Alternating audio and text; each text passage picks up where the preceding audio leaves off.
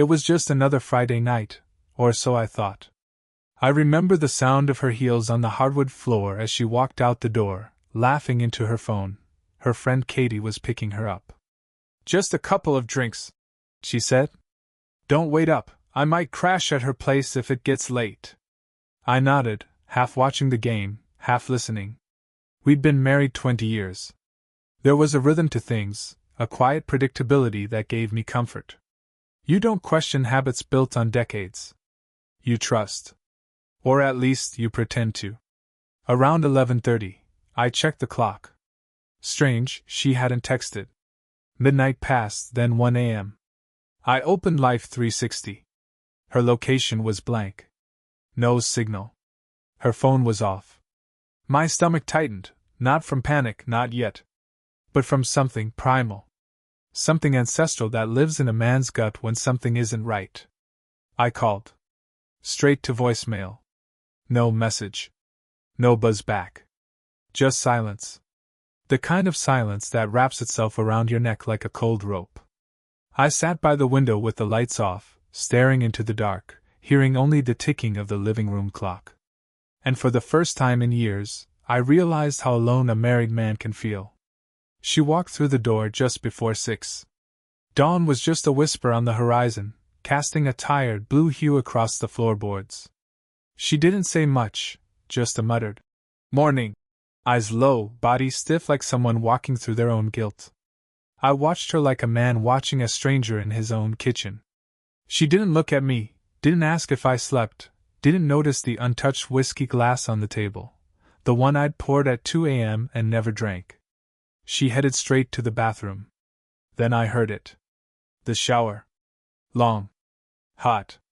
Like she was trying to wash off the night, not the kind of tired rinse you take after a girl's night out, but the kind you take when you need to erase something. Something you don't want seen. Steam filled the hallway. I stood outside the door like a ghost, listening to the water beat down on her skin, and something in me broke.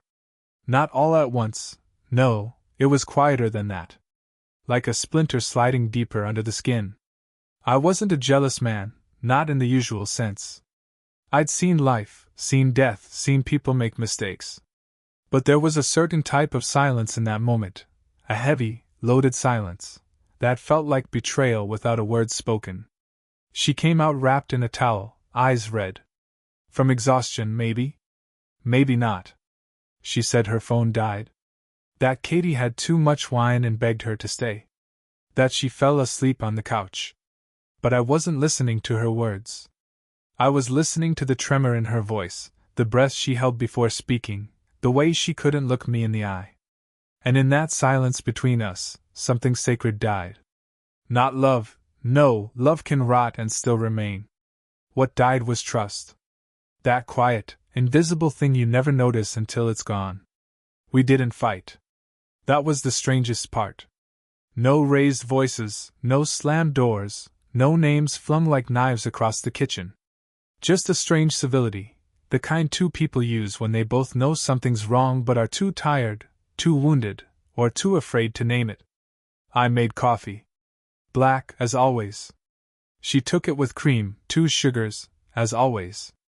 But it was all mechanical now, like actors stuck in a scene long after the script has ended.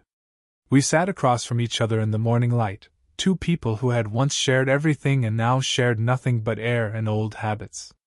My eyes studied her like a battlefield I could no longer walk, not without stepping on something buried.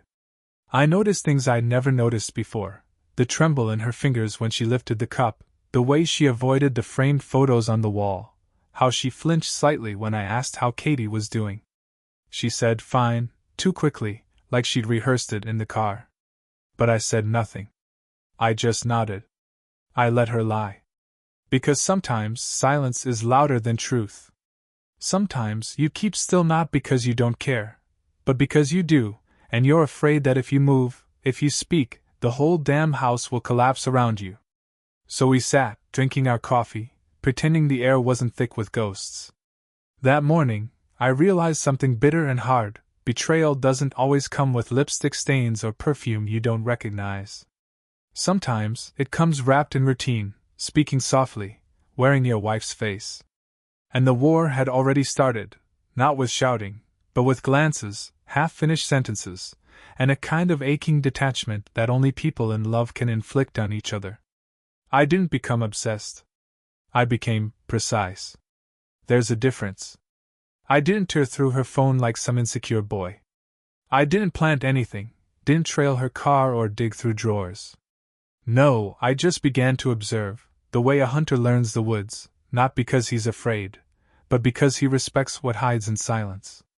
Her patterns shifted. Slightly. Subtly. She started locking her phone, a new habit after 2 decades of open screens and casual trust.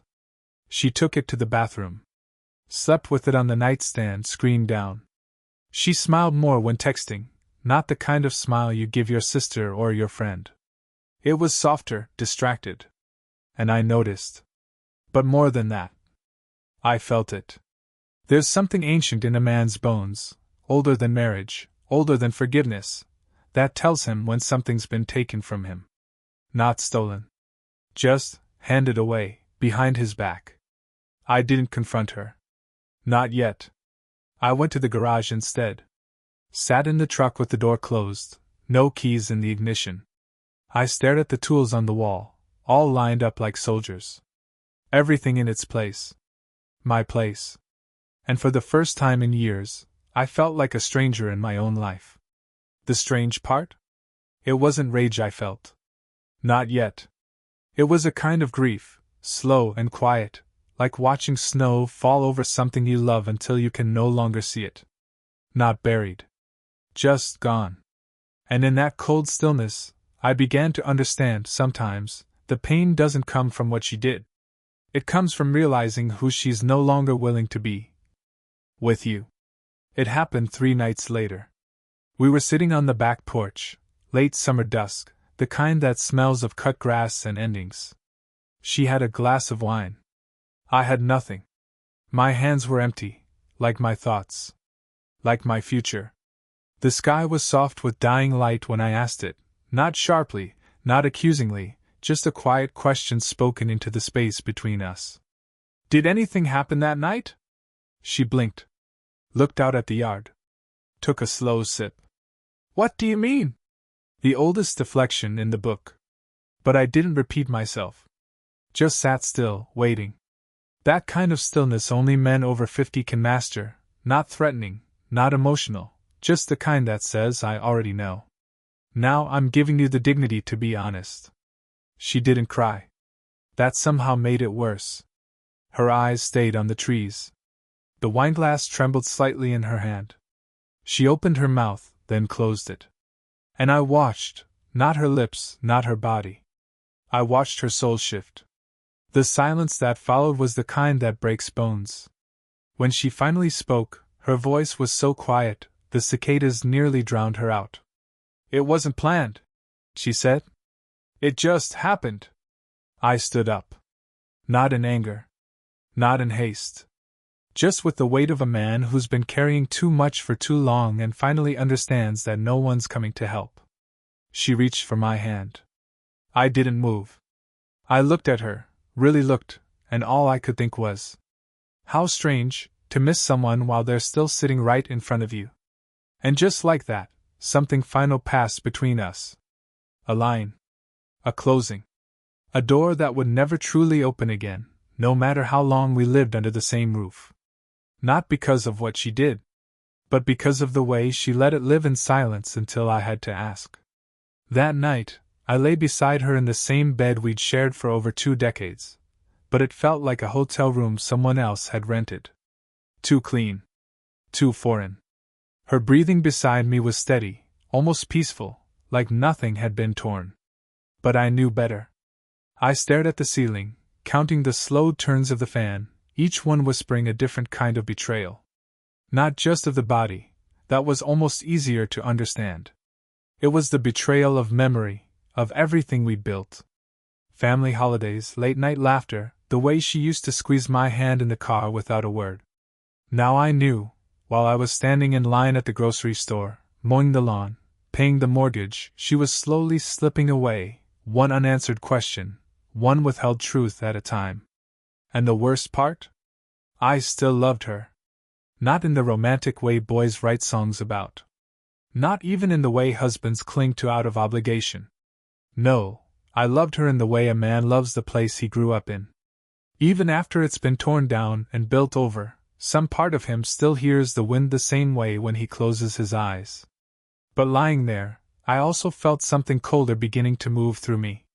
Not hatred. Not even bitterness. It was clarity. A painful, hard-earned clarity that only comes when everything false has been stripped away.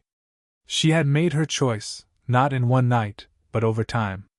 Over countless small moments where she decided not to speak, not to turn back, not to hold the line. And now I had to make mine. Not for revenge. Not to hurt her back. But to reclaim the part of myself I'd given up without realizing it. The part that trusted, that gave freely, that believed love could survive anything. Because love might forgive. But dignity remembers.